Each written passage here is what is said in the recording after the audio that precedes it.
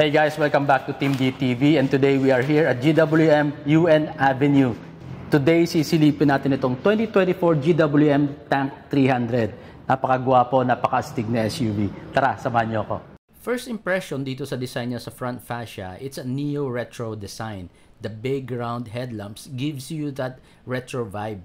And then when you look closer, you'll see contemporary LED system with automatic high and low beam. The plain and simple lines of the grille adds to that retro look. Then up there in the windshield are the cameras for the ADAS level 2. Dito naman sa baba, you have an LED fog light that moves left or right, taking input from the camera on how it sees the road ahead and your steering input.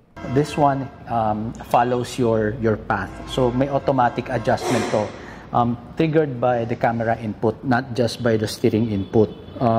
Meaning, if you're driving sa province, for example, on a curve, madilim, the camera will be able to detect the path ng lane, and then ma-anticipate niya that you are going to take a turn. So, eto, nagmo-move to left to right, so that you have better illumination of the curve ahead. By the way, the GWM Tank 300 comes in only one trim. Walang ibang variant. Ito na to. The price is 2,678,000 Philippine pesos. I like the extended bumper. Connected siya sa fender to the stepboard, and then doon naman sa bumper sa likod, and then back to the front. So parang meron kang perimeter fence, di ba? Parang meron kang 360 protection. Something that an off-roader would really appreciate. Yung harap niya merong kahawig, di ba? Yung horizontal line in the middle of the headlight, kamukha ng Bronco. Baliktad nga lang, yung sa Bronco, inward yung line. Dito sa Tank 300, palabas yung line. Dito naman tayo sa side profile. Yung vibe niya parang Jeep Wrangler na parang Jimny 5-door. But this is definitely bigger than the Jimny and a little smaller than the Wrangler. So even yung taillight dito, kapag tinignan mo, may similarity siya sa Jeep Wrangler. Yung ganyang one big red one, and then at the bottom, nandun yung reverse. Very classic, pero although ginawa nilang a little bit different because of the LED inside and the vertical design. So up here at the rear, you have your shark fin antenna, third brake lamp, and wiper. And then, obviously, yung spare tire niya is nandito sa likod naka-expose, which adds to the retro aesthetic of the car. And then yung cover niya, nandito naka-embed yung rear camera, the 360 camera for the rear. Okay? So, then down here sa bumper, this is obviously parang plastic, pero mukhang yung metal nasa loob. Okay, so may, I can imagine there's a big sturdy metal inside, tapos tinakpan lang itong plastic. And then, this is where you put your plate number, and then meron siyang lamp dito. For the front wheels, you have Cooper Discoverer all-terrain tires. The size is 255/65/17. Hindi mo na kailangan mag-upgrade ng tires. Ready to go off-roading na agad, straight from the casa. And then you have disc brakes, and the front suspension is double wishbone.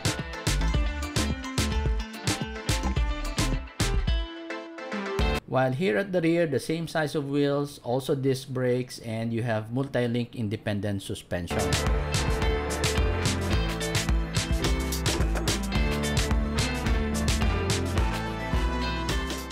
And then here, yung side step niya, I like the design that it flows along with the fender flares all the way to the rear. And this one really looks tough and strong, very solid. It's plastic, pero there is a metal support underneath.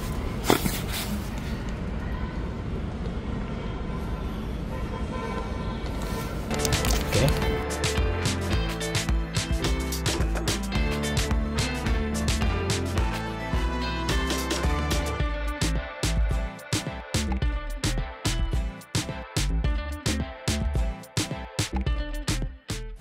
So may 360 camera siya dito sa front. If you notice, it's not in the center, which makes you realize, di ba, na why not? Bakit nga ba kailangan nasa gitna, di ba? 360 naman yun. The point is, it's able to get a shot 180 degrees dito para mag-meet doon sa 180 degrees na shot naman nitong dito sa side mirror. That way, the application can stitch the corners. So that's how it works, diba? So you have your rear camera here, and also your your 360 camera here. So you stitch all the 4 corners. That's how you get your 360 view. Okay, so opening the hood is very easy because of the hood struts. Ayan. Okay, tara, usisayin natin kung anong meron dito sa engine bay. So as you can see, the orientation of the engine is lengthwise. So this is a 2.0 gas engine that is capable of producing 380 newton meters of torque. So this is 4-wheel drive. Primary wheel drive nito is the rear. So nakaganyan yung engine niya. Again, this is a gas 2.0 single turbo. Alright, so 4 cylinders, and so front wheel drive. So meron tong transfer case going to the front. Meron siyang drive shaft going to the front. So what do we have here? You have your battery, your fuse box, brake fluid, ABS module. There's your coolant, and one of the most important thing to consider here is the location of the alternator, which is seated somewhere up here, mid-level, although I've seen other SUVs having their alternator situated somewhere higher pa ng konti. But this one is good enough. Okay? So you have this big space over here. I'm not sure what this is. Mukha ba tong, mukhang ballast ng LED. And then there's your radiator and your grill. And then ano pa ba? Your radiator fan is electronic. Hindi siya yung clutch fan na naka-attach sa engine. Right? And then here is your air inlet. It goes to the air filter box. And then here going to the turbo.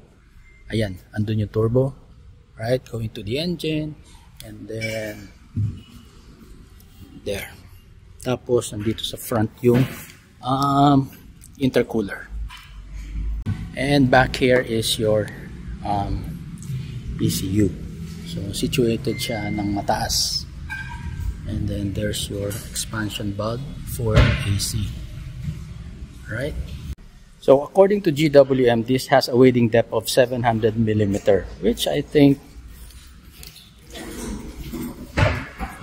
if you stand right over there, parang 700 parang di abot. But if you take a look at here, medyo malayo, you have that big tires and the overall height and somehow a little bit tall or high position of the alternator and the high or the tall position of the air inlet. Yeah, 700 millimeters.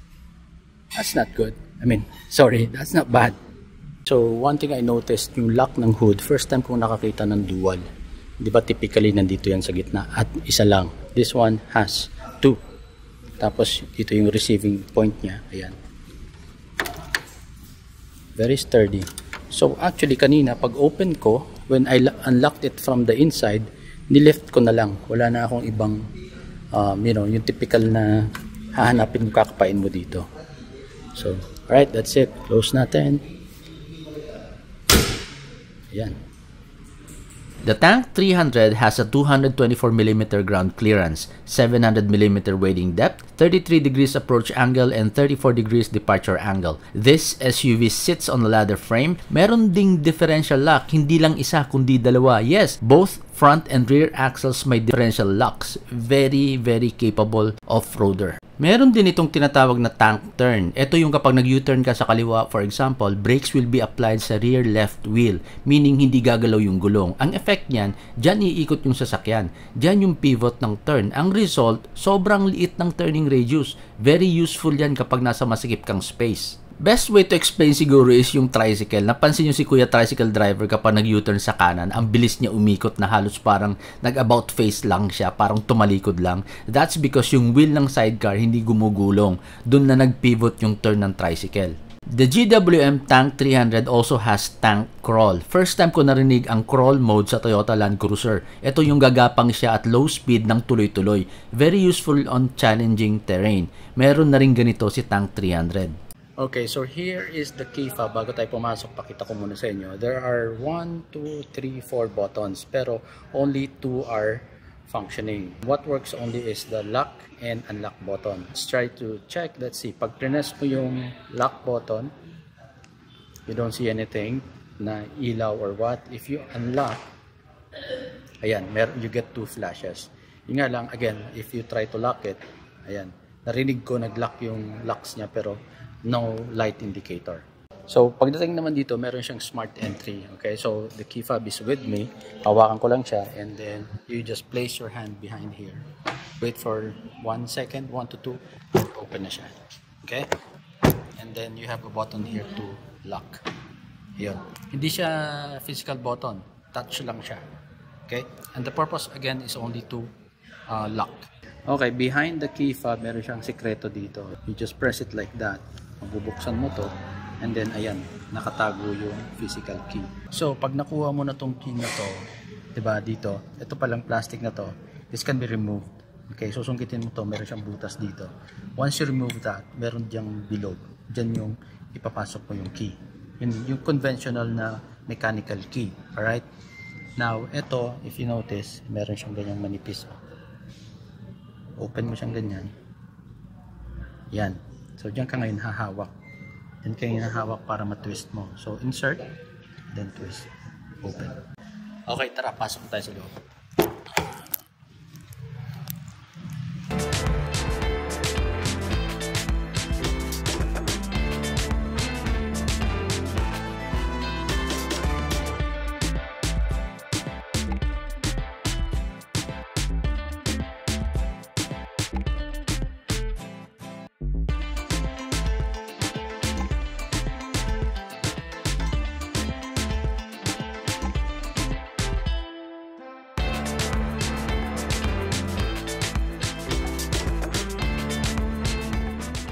I like the black interior with white stitching. The material looks like rubberized na parang leather. Not really sure what it's called, pero it looks nice and easy to clean.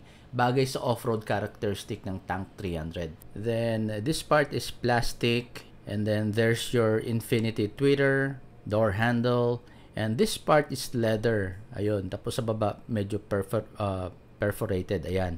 And then there's your white stitching, and then dun sa taas ng konti, there's your ambient lighting, currently in color green. Then etong macho looking door handle na may rivets, kala mo parang bakal na bakal. Then there's the power windows control. Only the driver window can automatically open and close. Then the side mirror control with power fold. Down here is the main speaker, infinity also, and the cover has some wrinkle design. Okay, let's check the driver's seat. Nice soft leather, feels very comfy. Perforated leather in the middle with white stitching. Nice side bolsters, perforated also in the middle, and then power adjust including lumbar support. For the front passenger seat, it's also power adjust pero walang lumbar adjustment.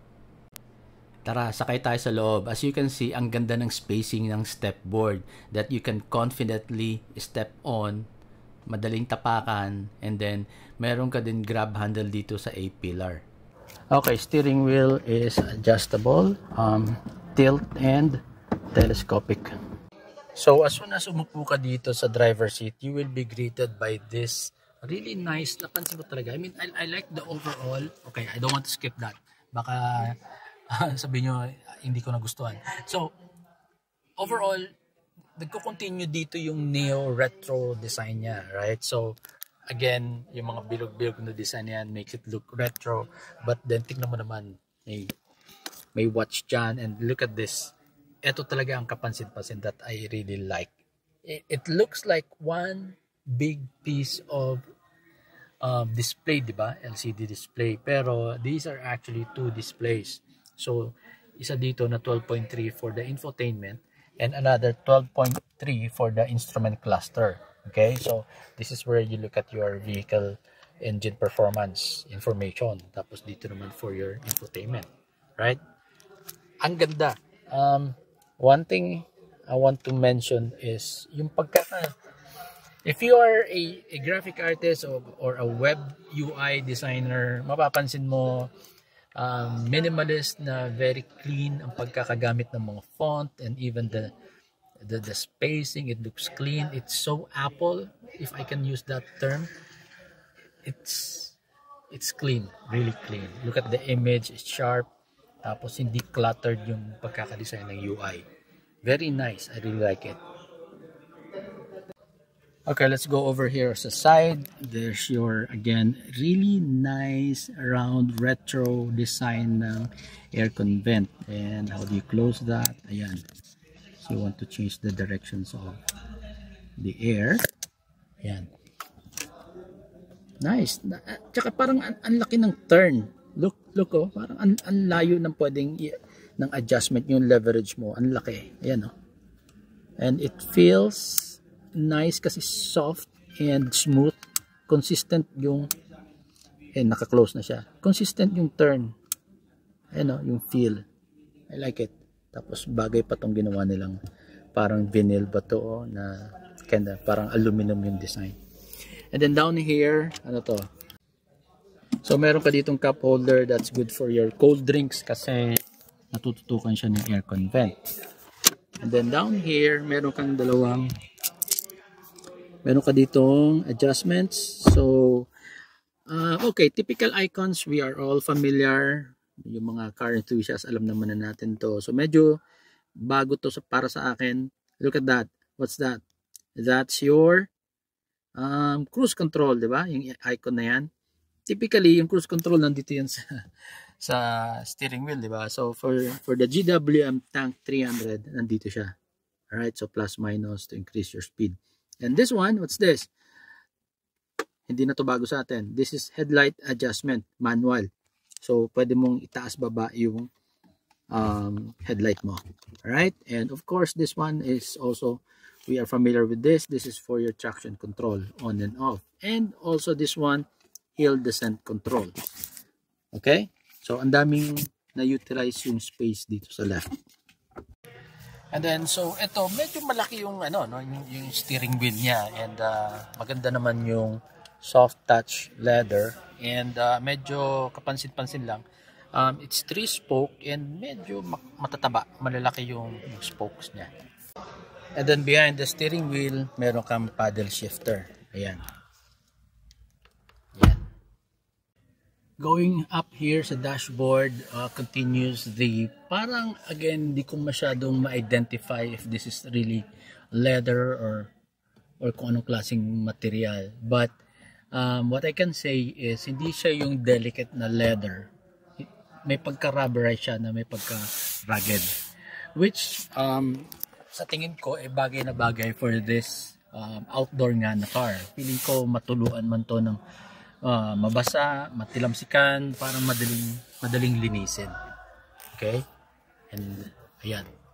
So from the passenger side, there's again your Infinity, I think that's an Infinity Twitter speaker, and then your main speaker. By the way guys, this GWM Tank 300 has a total of 9 speakers, all Infinity. And then there's your handlebar for your passenger pag off-roading ka and pagka nagtabi-tabingin na tong position ng car mo, yung pasahero mo has something to grab on. So that's your, ayan pa, may pangalawa ka pa dyan. We call it the OSB, the OSHET bar. Okay, so andito ulit, continues in the center yung retro design. You have those big aircon vents. Ang ganda talaga, astig ng dating. Look at that. And then meron kang watch dito. And na-integrate na rin dito yung controls mo for the aircon vent. So andito na rin yung hazard button. So down here are your buttons, physical buttons for your aircon. Okay, so down here meron kang 12 volt power adapter. Ayan. And then this one parang abang lang to. It's not being used. So you could probably add another 12 volt connector here if you want. And then you have 2 USB ports, USB-A, USB-C. And then, glove compartment, I like it that it's slow open. Nice. And then, ayan, huwag kakalimutan si Mrs. Importante, meron siyang lalagyan ng bag niya. Ayan, may hook. Nice. Ang ganda pa ng pag-open niya. Again. Whoop. Nice. Okay, so moving down here sa center console, as you can see, meron tayong ditong dalawang rotary dials for the different drive modes. And of course, nandito tayo, kasama natin si Sir Jorem para ipaliwanag sa atin. Mas maganda kasi kapag mas kabisado yung mga functionalities. So, sir, sige, itong sa left, ano to? Ito sir yung ating shift nav, usually ito yung sa off-road na natin gagamitin. Okay. Pag nandito siya sa tapat na to, itong red na to, ibig sabihin naka-standard po yan. Normal. Normal po yan. Okay. Usually yung partner niyan, nasa 2H lang po tayo. 2H. Pero okay. once na babaguhin natin yan, mag-shift tayo rito, may po nakalagay dyan, ibig sabihin desert or yung mga sa Sand. parang sand. Opo, Yes, ito ito, sir, ito. usually ito sa ano to, sa mga rock or mud. Opo. Rock or Meron mud. din po tayo dito sir yung Snow. snow, opo. And then, pero sir, kailangan mong i-partner yan dito. Yes. Para mag-function siya sa 4H or either 4L po siya. So, I'm assuming, pag may pinili ka dyan, may instructions na lalabas dito Opo. na isi-shift mo. Kailangan dun mo sa- siyang i-shift. So, siya magsasabi kung, yung computer magsasabi sa'yo kung gagawin mong 4H, 2H, or 4L. Yes, sir, opo. Lalabas po yan mismo dito sa infotainment, sa cluster po natin. Okay. Okay. Tapos, yan. Ito naman po, yun. Kagaya ng pinindot niyo, sir, yun po yung sa camera. Para makita niyo, mag-open po yung camera niya. Okay, Ayan. pero ito, hindi lang to camera eh. Yung pin na yan for sa parking, yung sonar parking. Na-on off yata eh, no? Yung nag-beep, gano'n. Tumutunog siya, sir, usually kapag halimbawa, pag in-on mo na, automatic naka-on yan, sir. Halimbawa, sir, umaatras ka o meron ka sa mga paligid mo, sir, basta yung mga moving objects, sir, na nadidetect ng sensor natin, automatic, tumutunog po talaga yung ating Oo nga, pero itong button na to, pag pinindot mo, ibig sabihin ba ma-off yun?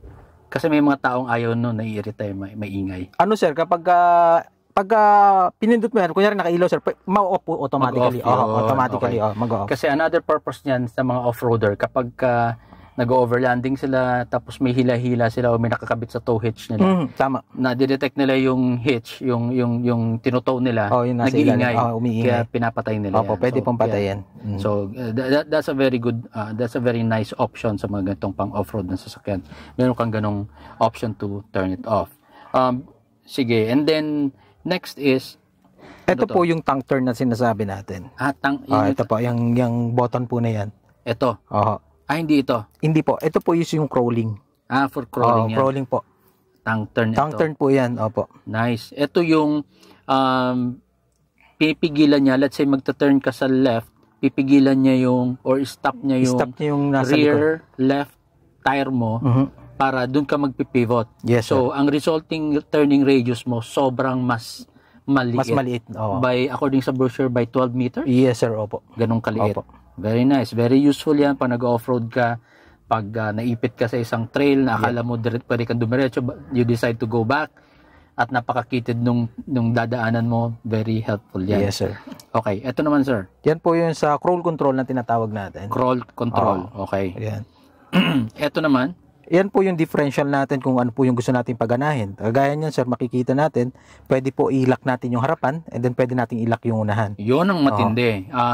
Based sa mga nababasa kong comment ng mga off-roader, ito lagi ang hinahanap nila eh. Like for example, may mga SUV tayo na vlog. Common na tinatanong sa akin doon ng mga viewers ko kung may differential lock.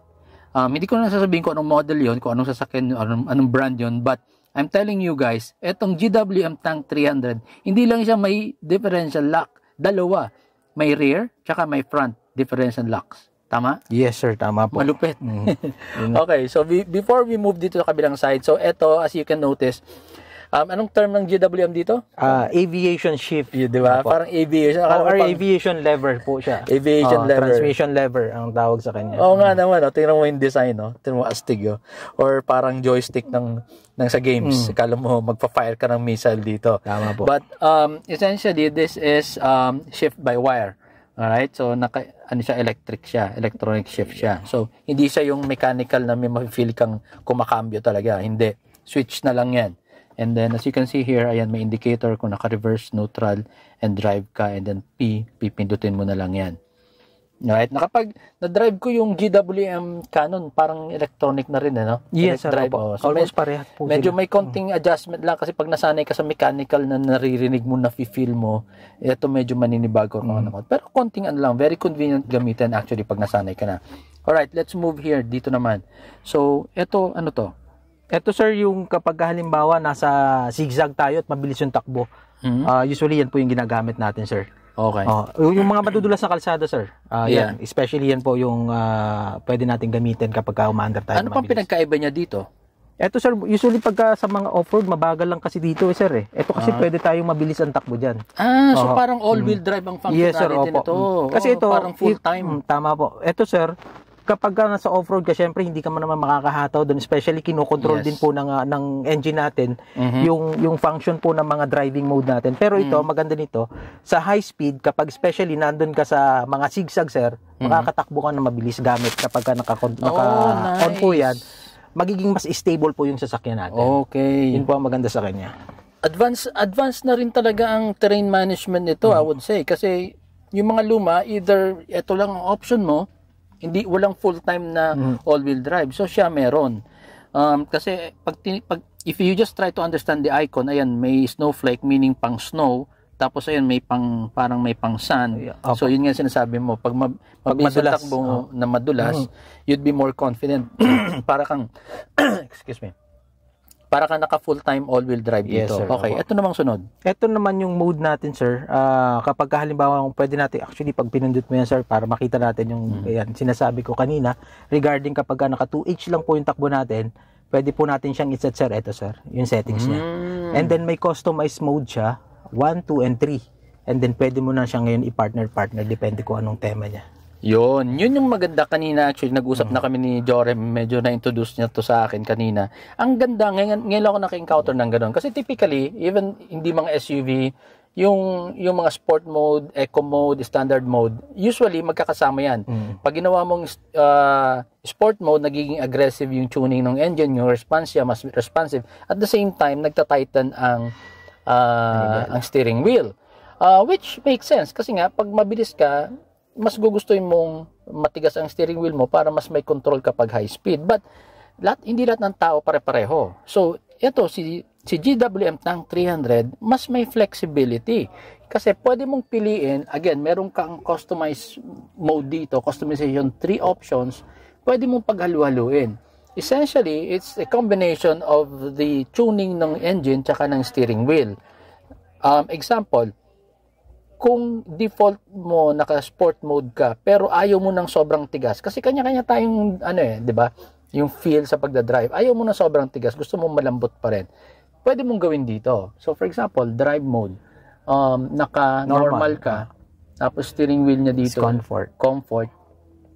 Tapos ano to? Ito yung sa sir, ESP usually dapat naka-on lahat yan kasi yan yung sa safety. Sa traction control. Traction po yan. So focus tayo dito sa drive mode tsaka sa steering mode. Pwedeng naka-sport mode ka pero gusto mo comfort lang yung manibela. Masisave mo siya ng ganyan, di ba? You have more control kung anong gusto mo. Really nice. And then dito, ayan, the typical familiar na tayo dito. This is the electronic parking brake, park brake. And then ito auto hold. Auto hold. Nice. Okay. Alright, so punta na tayo dito sa likod. And ayan, meron kang tray, sliding tray. Tapos nakatago yung cup holders. And then again, bago natin buksan, ang ganda ng leather dito. It's kind of slim pero mahaba, malalim. Ayan, no? Ayan. So, I can assume malaki ang space nito sa loob. Ang ganda ng feel, ayan o, napaka-sturdy, hindi siya yung kakalog-kalog.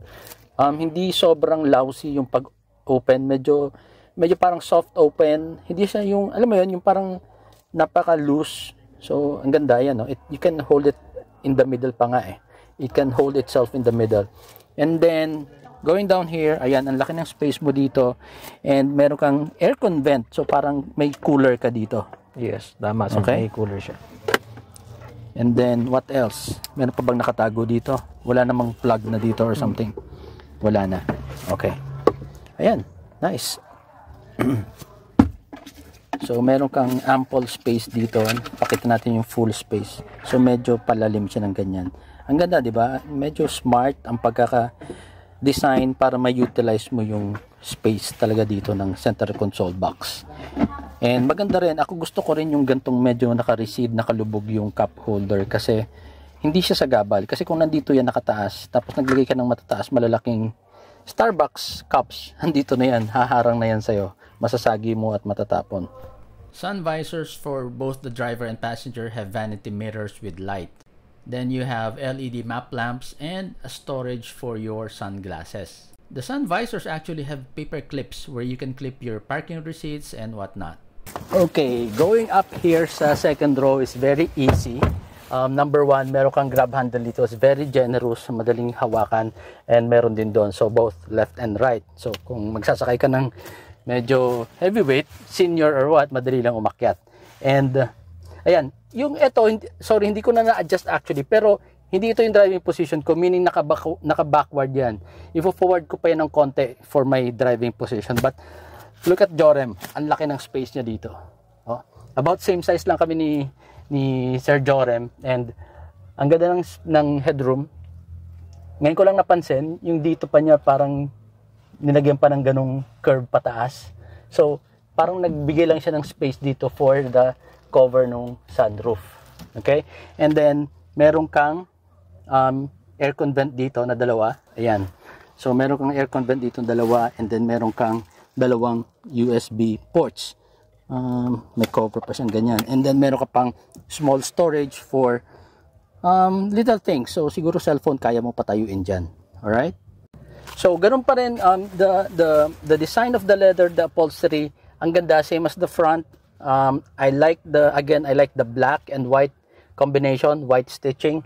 And then, maganda yung comfort. Hindi siya firm, hindi siya sobrang lambot. Mafe-feel more pag upo mo na lumulubog ka ng konti. And what I like is, yung dito sa gitna, wala siyang masyadong hump na para bang dinidiscriminate mo na magkaroon ng third passenger. So, sa size namin ni Sir Jorem, for example, nandito ako. Oh, ang ganda pag dalawa kami, di ba? Mas na-imagine ng viewer. Maluwag. So, tatlong 5, 6, 5, 7 tayo? Yes, sir. Tatlong kami, I mean, another one na size namin, maluwag dito. Okay, so ayan, kung dalawa lang kayo, meron kang center armrest. Meron kang dalawang cup holders, and maganda, malambot. You can rest your elbow here. Ang luwag, di ba? So, kwentuhan, pwede mong gawing konting meeting papunta sa office. Kung hindi mo pang off-road to, gusto mong gamitin lang sa city. Ang ganda ng kwentuhan. But then again, pag may third passenger ka, may sarili din siyang headrest. Nice. Tapos, hindi claustrophobic kasi yun nga, again, maganda yung headroom, maganda rin yung elbow room. Look, medyo nakaslouch ako, hindi ako nakaupo upright. I think ang ganda ng space, is very comfortable here sa likod. Yun, kung mapupunta naman po kayo sa camping, ang maganda sa kanya, magagamit mo ng mas malaki yung space niya sa buong back seat po niya. Pwede nyo i-open ito, and then i-close nyo po ito. Ibababa nyo po ito, and then flat na po yan. Pwede kayo maglatag po dyan ng, kunyari, airbed o ano man pong mattress na pwede nyo ilatag. Diretso po yan. Yes. Pwede kayong humiga. Diyan ka nahihiga. Mahilig kami mag-camping. So, eto, ganito rin. Opo. Yun po, ganun din po, sir. Hilahin saan mo siya bubuksan dito? Dito, sa ilalim, sir. Eto lang. Opo. Very easy. Ayan lang, oh. Yan. So, sa mga mahilig mag-camping, yan ang advantage niya. Mabilis lang gawin. Yan, flat na siya. Oh, nice. Latag mo na yung ayan, lagay mo yung airbed mo. Airbed or mattress, pwede po. Pantay na pantay po siya. Nice. Okay, punta naman tayo dito sa third row. As you can see, mapapansin mo na naman dito yung malaki niyang grab handle, no? Part of the retro design. Pero tingnan mo naman, hindi siya nag-grab ng ganyan. Kasi bago na nga siya. Neo retro. Push button na siya. Ayan. Yan. Okay. Medyo heavy yung door, yung tailgate. Kasi expected mo, dahil nandyan yung spare tire, di ba? And then, here, as you can see, meron siyang mga hook dito. So, meron siyang mga konting amenities kung gusto mong tumambay dito. Upo-upo lang kayo dito. Pwede ka mag-hook ng mga gamit mo dyan. Right? And then, ayan. Kasama na standard na to dalawang Isa lang, sir. Isa. Hindi ko lang alam bakit dalawa. Actually, partner po yan. So may kasama na siyang... Baka doon sa isa yan ang alam ko, doon sa isa. Okay, so disclaimer na. Baka pag bumili kayo, hanapin Sige, niyo yung sir, fire tatanggalin ba natin yung isa? Wag na, okay na yan. So basta ang kasama lang nito isa ha. And then meron siyang... Ang ganda ng concept, tingnan mo. Ako kasi gusto ko Naka-strap siya. Ang galing oh, tingnan mo. Kasi ako, gusto ko rin maglagay ng fire extinguisher sa Everest. Hindi ko lang maisipan kung paano ko ilalagay. Ito ang ganda ng idea. May strap siya, naka-velcro. So kahit saan mo siya dito ilagay, pwede. Kasi kumakapit siya dito sa material na to.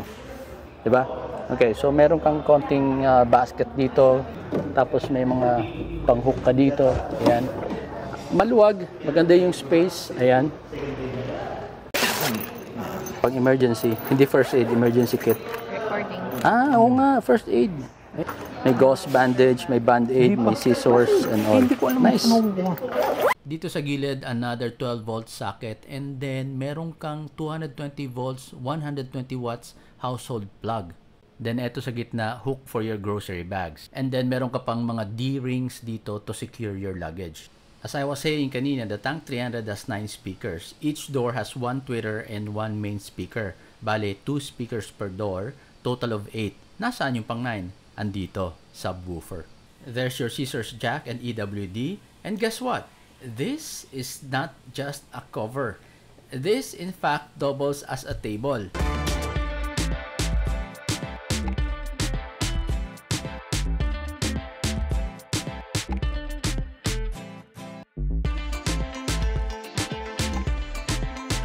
Hindi mo na kailangan magdala ng camping table kasi built-in na dito sa GWM Tank 300. Nice, di ba? Para pa nagkakarga ka, hindi ka maipit pag biglang lumakas yung hangin. Ito yung pang-lock niya. Right? So this is to hold the door. So ito, naka-lock na siya. Ayan. Okay? Unlock. Close mo na. Mabigat to.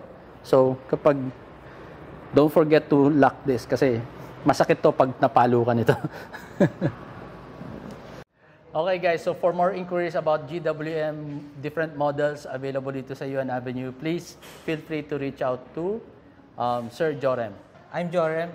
Sa mga gusto pong mag-inquire regarding our product sa GWM, you can visit us here in UNT Avenue to know more about our products. That's it guys. Thanks for watching. Drive safe. Be man enough to fight your rage. Wag mag-road rage. Bye. If you like this video, please do not forget to subscribe to our YouTube channel. We are also on Facebook. Please like and follow our page.